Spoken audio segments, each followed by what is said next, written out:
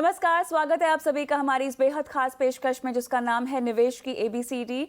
हफ्ते में एक बार ये पेशकश लेके आते हैं जहां पर बाजार के दिग्गजों से आपका राब्ता कराते हैं, आपको मिलवाते हैं उनसे और ना सिर्फ उनकी बाजार की रीडिंग आपको समझाते हैं बल्कि आपके पोर्टफोलियो में किस तरह की ज़रूरी जानकारियाँ हैं या ऐसी सीख है जो आपके लिए जानना ज़रूरी है, ये आपको बताते हैं। और साथ ही हमारी ये कोशिश होती है कि जो शख्स आपके पैसे संभाल रहे हैं वो अपने पैसे कहाँ निवेश करते हैं, पैसों के साथ उनका रिश्ता कैसा है, ये सब आपको इस शो के ज़रिए बताएं और इन प्रतिनिधियों को थोड़ा सा आपकी निजी ज़िंदगी से आपका राब्ता कराएं। तो चलिए, बेहद खास मेहमान मेरे साथ आज जुड़ गए हैं। Rajeev Thakkar, chief investment officer, director PPFAS mutual fund.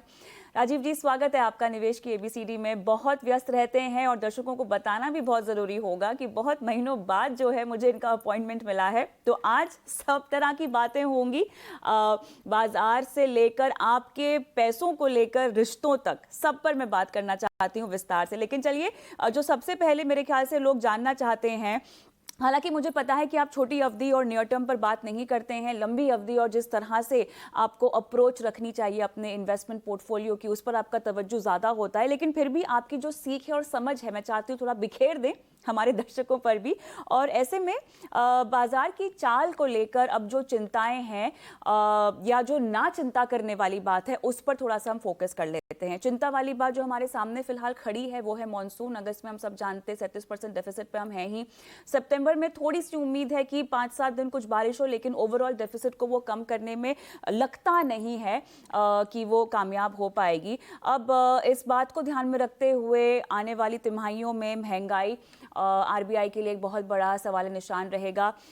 घरेलू फ्रंट पे ये एक अहम ट्रिगर कुछ महीनों में हम देखेंगे कि इलेक्शंस की भी बहार शुरू हो जाएगी। अंतर्राष्ट्रीय स्तर पर ब्याज दरों को लेकर अभी भी अंकुश लगा हुआ है और किस तरह स्थिति अभी भी क्लियर नहीं है कि आगे कितनी और रेट हाइक होगी या रेट हाइक पॉज पर ही एक स्टैंस लिया जाएगा। हमने हमारे बाजारों की सितंबर की जो सीरीज है वो अच्छी शुरुआत की है। उसकी जो हमारा डेटा आया, भले जीडीपी का आप कह लीजिए, पीएमआई मैन्युफैक्चरिंग कह लीजिए, ऑटो सेल्स कह लीजिए, वो डेटा काफ़ी हद तक एक्सपेक्टेड लाइंस पर आया और अच्छा आया है। अब बाजार में किसी तरह की मायूसी तो नहीं है, लेकिन अगर मैं रेड फ्लैग्स या चिंताएं आपकी समझ के हिसाब से समझना चाहूँ राजीव जी, तो वो क्या हो सकती हैं? तो अगर हम पिछले 5, 10, 15 साल की अवधि देखें, तो ऐसा कोई समय नहीं होगा जब कोई चिंता ना हो। अ, मनुष्य का मन ऐसा है कि कोई ना कोई वजह ढूँढ लेता है चिंता करने की के लिए। तो आज हम जब मानसून की चिंता करते हैं, कुछ महीनों में इलेक्शन की चिंता करेंगे, फिर वापस 2024 के मानसून की चिंता करेंगे। तो कुछ न कुछ वजह होती है चिंता करने के लिए। लेकिन अगर हम जो इक्विटी निवेश है, जो शेयर हम खरीदते हैं, तो एक कारोबार में या बिज़नेस में हिस्सेदारी लेते हैं। तो कई सारे कारोबार हैं, आईटी सर्विसेज़ कंपनियाँ हैं, दवाई की कंपनियाँ हैं, स्टील, ऑटोमोबाइल, कई तरह की कंपनियाँ हैं। तो जो अ, बारिश कम होने की वजह से कुछ कीमतें बढ़ती हैं, जो रोज़मर्रा की अपनी चीज़ें होती हैं खाने की या एग्री प्रोड्यूस जिसे कहते हैं, खेती को लेकर जो है, उसमें कुछ उतार-चढ़ाव हो सकता है। लेकिन हमारे देश की प्रगति देखें, आज ऐसी परिस्थिति नहीं है कि मानसून पे इतनी डिपेंडेंस हो, इरिगेशन के साधन आ गए हैं, तो मेरे हिसाब से बहुत ज़्यादा चिंता करने का कोई कारण नहीं है। और अगर हम इक्विटी निवेश देखें 3 से 5 साल के नज़रिए का नज़रिया लेके देखें, तो 5 साल पहले 2018 की साल थी। इन 5 सालों में कोविड आया गया, ब्याज की दर कम हुई, बढ़ी, कम हुई, ये सब हो गया, रिसेशन, ग्रोथ, ये सब एवरेज हो जाता है 5 सालों में। और जिस कंपनी को हम खरीद रहे हैं, उसकी मैनेजमेंट कैसी है, उसके बिज़नेस प्रॉस्पेक्ट कैसे हैं और उसका वैल्यूएशन कैसा है, ये मेरे नज़रिए में ज़्यादा महत्व रखता है। बिल्कुल सही कहा आपने। कि चिंताएं तो कभी खत्म नहीं होती हैं और चिंताओं के लपेटे में अगर आप आ गए तो काफी दिक्कत हो सकती है, और चिंता हम सब जानते ही हैं चिता के समान होती है। तो ऐसे में बहुत जरूरी है कि बारीकियों को समझे और फंडामेंटल्स को समझे और उसी के मुताबिक अपने लिए एक निवेश रणनीति भी आप बनाएं। लेकिन इसको अगर हम थोड़ा सा और बारीकी में जाकर इस पर बात करना चाहें राजीव जी, तो मैं चाहती हूँ कि जिनका जिक्र, जिन मुद्दों का जिक्र अमूमन न्यूज़ चैनल्स पर होता रहता है और जो अखबारों में होता है, सोशल मीडिया पर होता है, अरे ये हो जाएगा, अरे ये ब्याज दरें बढ़ेंगी, मॉनसून खराब होगा, इन सब का जो इम्पैक्ट भले ही शॉर्ट टर्म हो, नियर टर्म हो, निवेशकों के लिए समझना कितना जरूरी होगा, या इसको बस पढ़कर आप इग्नोर कर दें, सुनकर आप इग्नोर कर दें, किस तरह से आप समझाएंगे? अ, एक चीज तो ये है कि कई बार अनुमान होते हैं न्यूज़ में, मीडिया में, कि क्या होने वाला है। वो अनुमान सही हो ये ज़रूरी नहीं है, ये पहली बात। दूसरी बात ये है कि अगर आपको कल का हेडलाइन आज पढ़ने भी मिल जाए, अगर कोई ऐसी दिव्य दृष्टि हो कि कल की सुर्खियाँ क्या होगी, वो आज अगर आपको पता चल जाए, फिर भी उसका बाज़ार पर क्या नतीजा होगा, ये कहना बहुत ही मुश्किल है। अब अभी हम अ ब्रेक्सिट की बात करें तो लोगों का अनुमान था कि ब्रेक्सिट नहीं होगा, और अगर ब्रेक्सिट हो गया तो स्टॉक मार्केट में गिरावट आएगी। यूएस में ऐसी धारणा थी कि हिलरी क्लिंटन जी चुनाव जीतेंगी, और अगर ट्रम्प जी चुनाव जीत गए तो स्टॉक मार्केट नीचे आएगा। तो ये न्यूज़ विपरीत आने पर भी नतीजा कुछ और ही निकला। तो मेरे हिसाब से इन सब चीज़ों पे ज़्यादा ध्यान नहीं देना चाहिए। ठीक है, ठीक है। राजीव जी, दो बाजार में चाहती हूँ कि आप दर्शकों को समझाएं कि फिलहाल जो है किस दोराहे पर खड़े हैं। भारत अपने तमाम डेटा, अपने तमाम सिनेरियोज को ध्यान में रखते हुए किस तरह मजबूती से खड़ा है, और यूएस जहां पर अभी भी चिंताओं पर एक सवालिया निशान है। वो कौन सी चिंताएं हैं और वो कौन सी आशा की किरण भले ही अगर कोई हो यूएस के बाजारों में कौन सी है, और भारत इन सबको दरकिनार करते हुए कैसे मजबूती से खड़ा हुआ है तमाम ट्रिगर्स को ध्यान में रखते हुए? तो काफ़ी सारी चीज़ें अच्छी हो रही हैं भारत के लिए, भारत में। हम्म, एक तो जो डेमोग्राफिक कहते हैं, हम्म। जो अपनी आबादी है, उसमें युवाओं की मात्रा ज़्यादा है, बुजुर्गों की कम है, जिसकी वजह से जो युवा है वो काम कर सकते हैं, उत्पादन बढ़ा सकते हैं, देश की आर्थिक व्यवस्था में सुधार ला सकते हैं। तो ये चीज़ें हो रही हैं। अ, यहाँ पर कारोबार, मैन्युफैक्चरिंग करने के लिए काफ़ी प्रोत्साहन दिया जा रहा है। तो जो इम्पोर्ट पर कुछ रिस्ट्रिक्शन डाल के यहाँ की मैन्युफैक्चरिंग को पर जोर दिया जा रहा है, वो भारत के फेवर में है। जो आमतौर पर चिंता का विषय रहता है, वो एनर्जी प्राइसेस, विश्व में तेल के दाम, वो थोड़े बहुत बढ़े हुए हैं, लेकिन जो पहले बहुत ही ज़्यादा देखे गए थे जो दाम, उतने वो स्तर पे नहीं है। तो अभी 100-150 का दाम नहीं होते हुए 80-85 डॉलर पर बैरल के दाम चल रहे हैं, तो वो भी चिंता की बात नहीं है। तो आमतौर पर देखें तो भारत में जीडीपी ग्रोथ रेट अच्छा है, और ये सारी अच्छी चीज़ें हो रही हैं भारत के लिए। यूएस की तरफ देखें तो रिसेशन की चिंता है वहां पर, जो इन्फ्लेशन को कंट्रोल करने के लिए जो ब्याज दर बढ़ा रहे हैं, महंगाई को कम करने के लिए, इसकी वजह से उनकी जो आर्थिक व्यवस्था है उस पर थोड़ा बुरा असर पड़ रहा है, और रिसेशन आने की संभावना है। लेकिन एक बात मैं बता दूं कि आज कोई भी देश अ, एक आइलैंड नहीं है, एक टापू नहीं है। सबके इंटरलिंकेजेस हैं। हमारी जो फार्मा कंपनियां हैं, हमारी जो आईटी सर्विसेज कंपनियां हैं, वो यूएस को एक्सपोर्ट करती हैं। हमारी जो मेटल और तेल की कंपनियां हैं, उनके उत्पादन के जो दाम होते हैं वो विश्व के बाजार में तय होते हैं, ना कि सिर्फ भारत में। तो जो इंटरलिंकेजेस हैं वो रहने वाले हैं। अ, भारत का जो कंजम्पशन है उसमें कई चीजें बाहर से आती हैं, जैसे कि मोबाइल फ़ोन्स या हमारे जो इंटरनेट कंज़म्पशन है, यूट्यूब देख लीजिए या नेटफ्लिक्स देख लीजिए, ऐसी सब सारी चीज़ें काफ़ी इम्पोर्ट भी होती हैं। तो इंटरलिंकेजेस हैं। ऐसा नहीं है कि एक देश ही अच्छा करेगा और एक देश नीचे जाएगा। अ, ग्लोबल इकोनॉमी अगर अच्छी कर रही है तो भारत भी अच्छा करेगा, और अगर ग्लोबल इकोनॉमी में कुछ अ, चिंताएँ हैं तो भारत पर भी कुछ कहीं न कहीं उसका असर दिखाई ज़रूर पड़ेगा। बिल्कुल। जी, चर्चा को थोड़ा-सा अब एक नई दिशा में देना चाहती हूँ, जहाँ पर मुझे जानना है कि आपकी समझ, आपकी निजी समझ निवेश को लेकर या पैसों की अहमियत को लेकर किस उम्र में आई और किस वाक़ये से आई?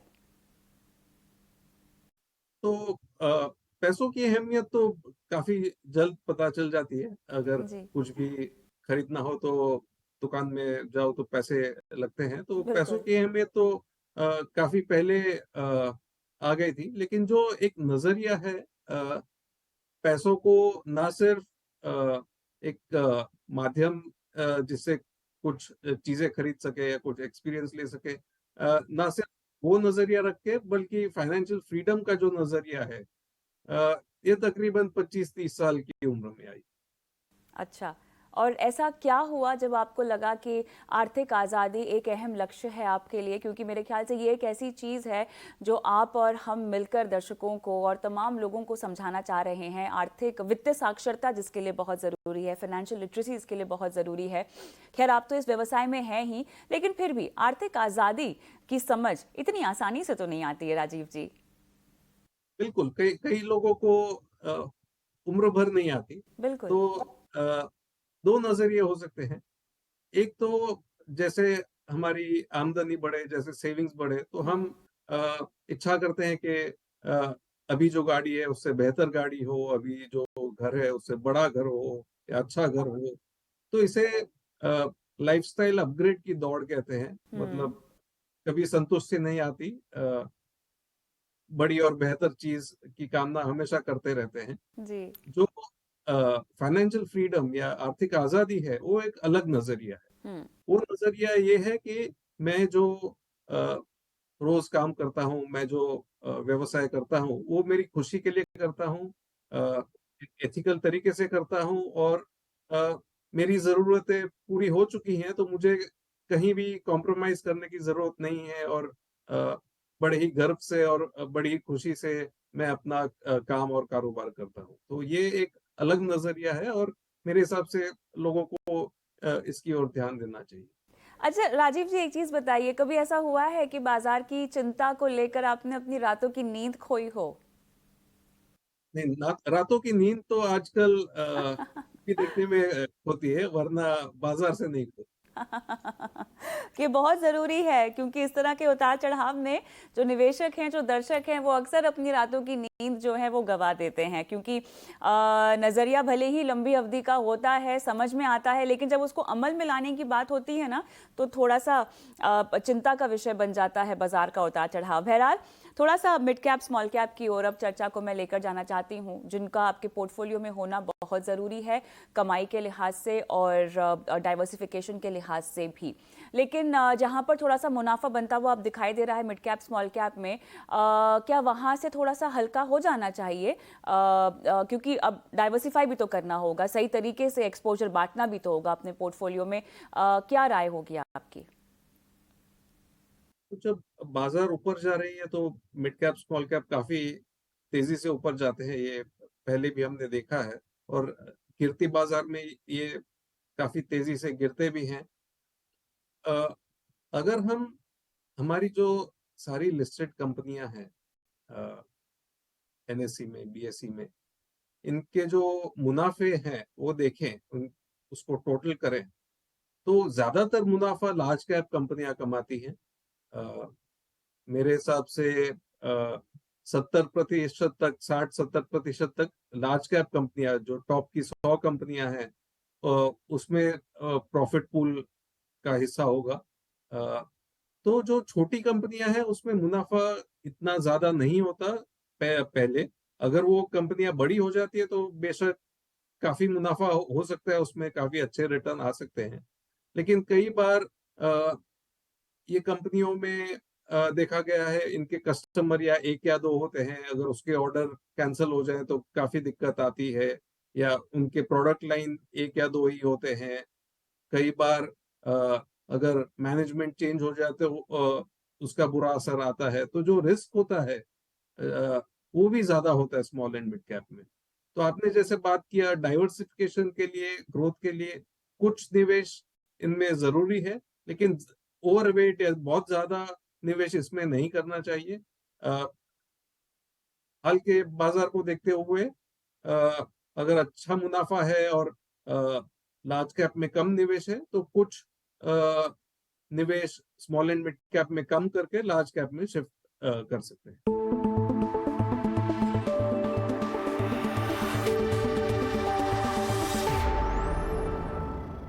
अच्छा, एक बहुत ही बेसिक सा सवाल पूछ रही हूँ, बुनियादी तौर पर काफ़ी अहम भी है क्योंकि अक्सर इस तरह के सवाल निवेशकों के जहन में आते हैं।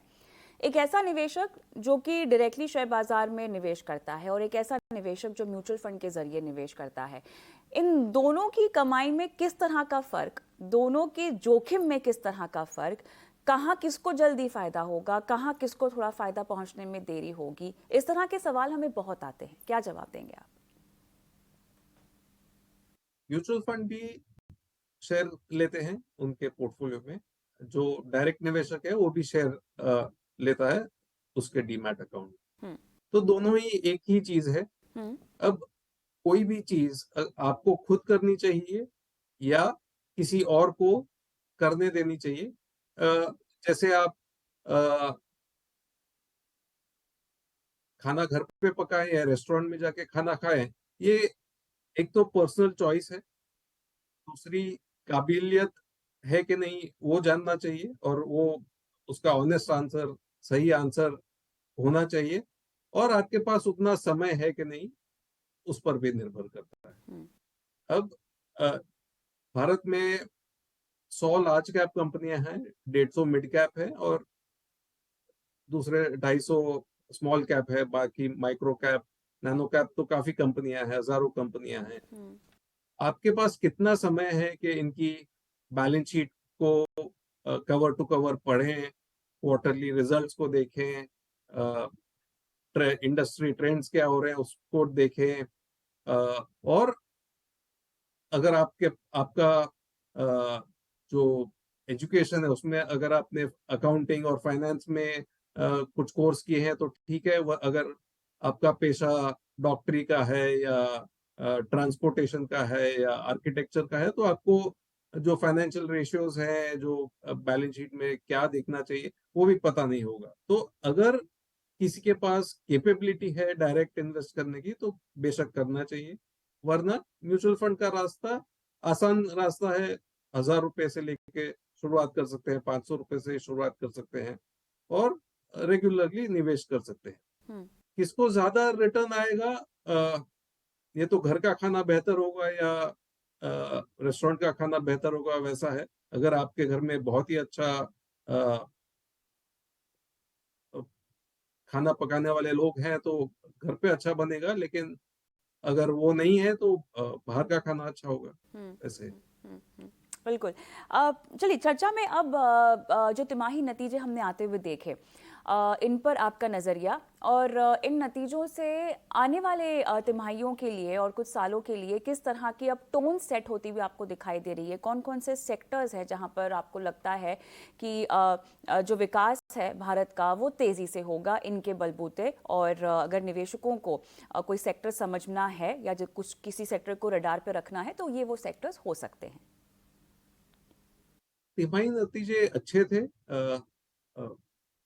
सेल्स, या जो टॉप लाइन कहते हैं, या जो कुल आमदनी जो कहते हैं, वो अ, बहुत ज्यादा नहीं बढ़ी, लेकिन जो मुनाफे हैं, जो नेट प्रॉफिट है, उसमें काफी ज्यादा बढ़त आई। तो इसका कारण ये था कि जो इनपुट कॉस्ट हैं, जो कमोडिटी कॉस्ट हैं कंपनियों के, वो कंट्रोल में थे।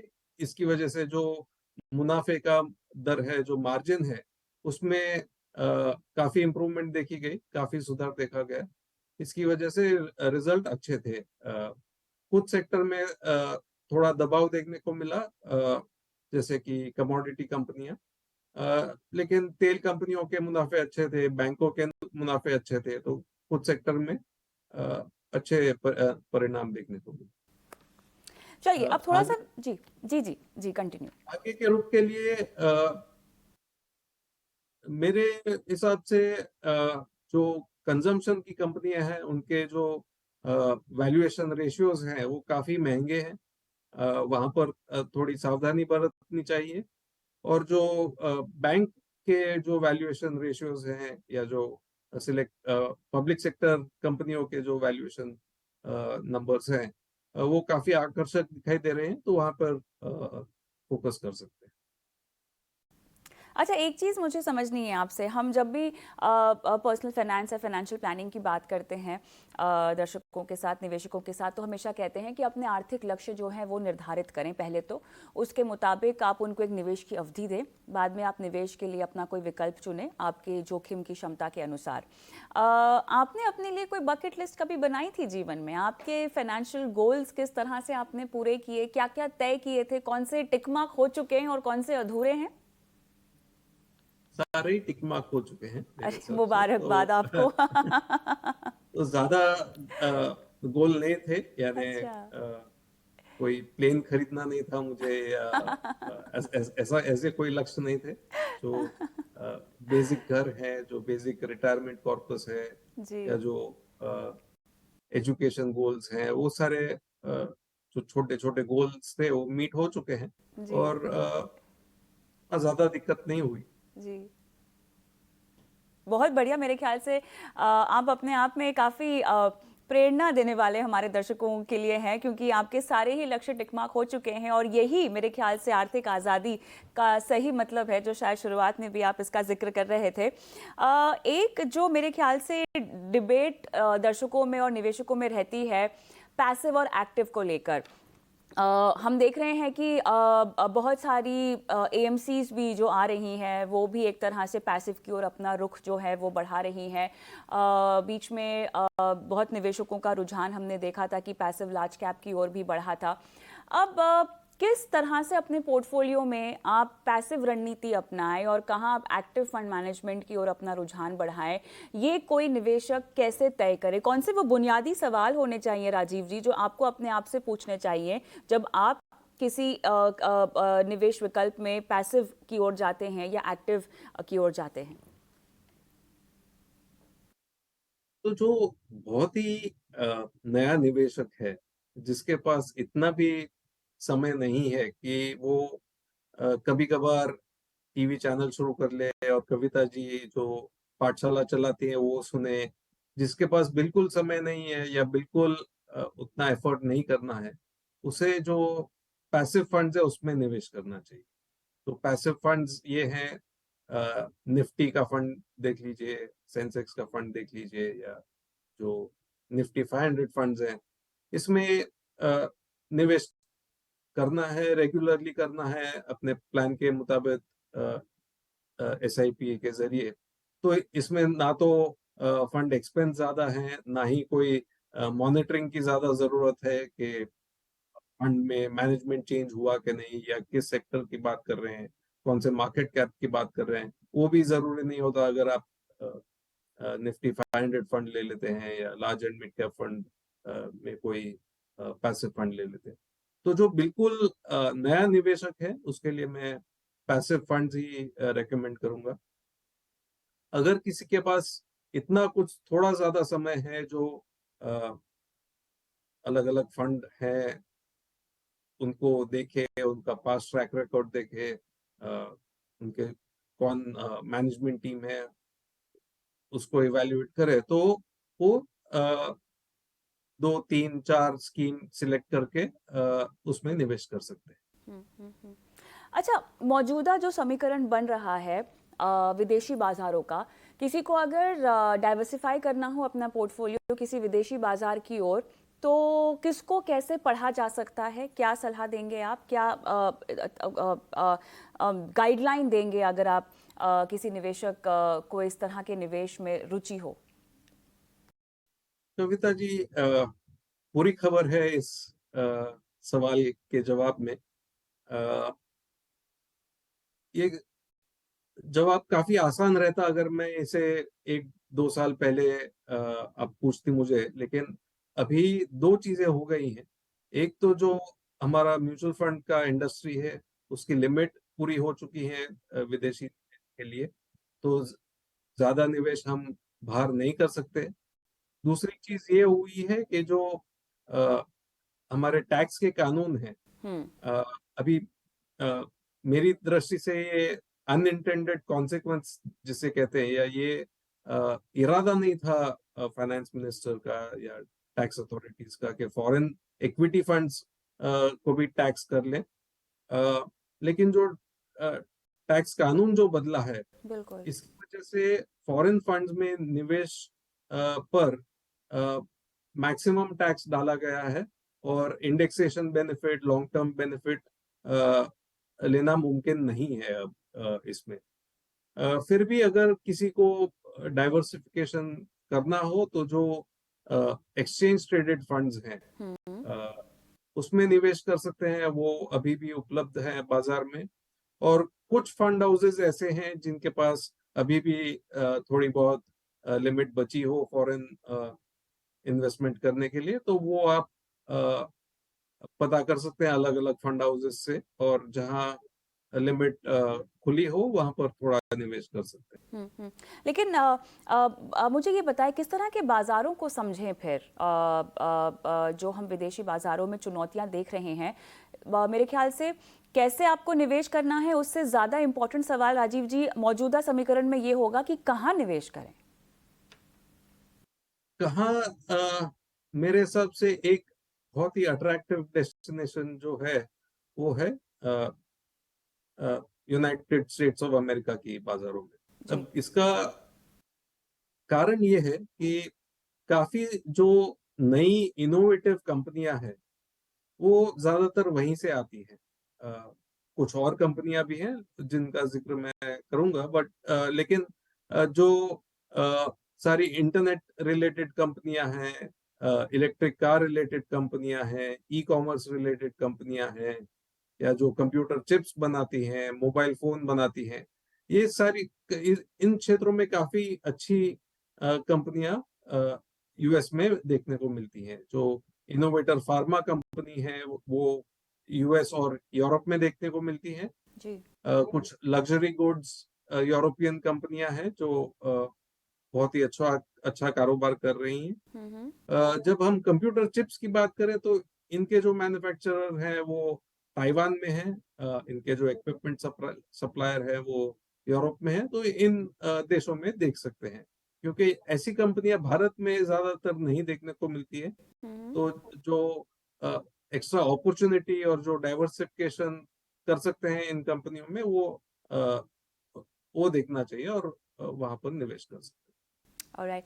बहुत बढ़िया राजीव जी, मेरे सवाल तो ख़त्म नहीं हुए हैं लेकिन हमारे पास समय ख़त्म हो चुका है, तो इस चर्चा को हमें यही समाप्त करना होगा। बहुत बहुत धन्यवाद, आपने समय निकाला, मार्गदर्शन दिया हमारे दर्शकों को, निवेशकों को। और जल्द आपसे फिर से मुलाकात होगी और एक बार फिर से निवेश की भाषा आसान भाषा में समझेंगे आपसे। बहुत बहुत धन्यवाद। शुक्रिया कविता जी। इसी के साथ निवेश की एबीसीडी में मुझे भी इजाज़त दें। नमस्कार।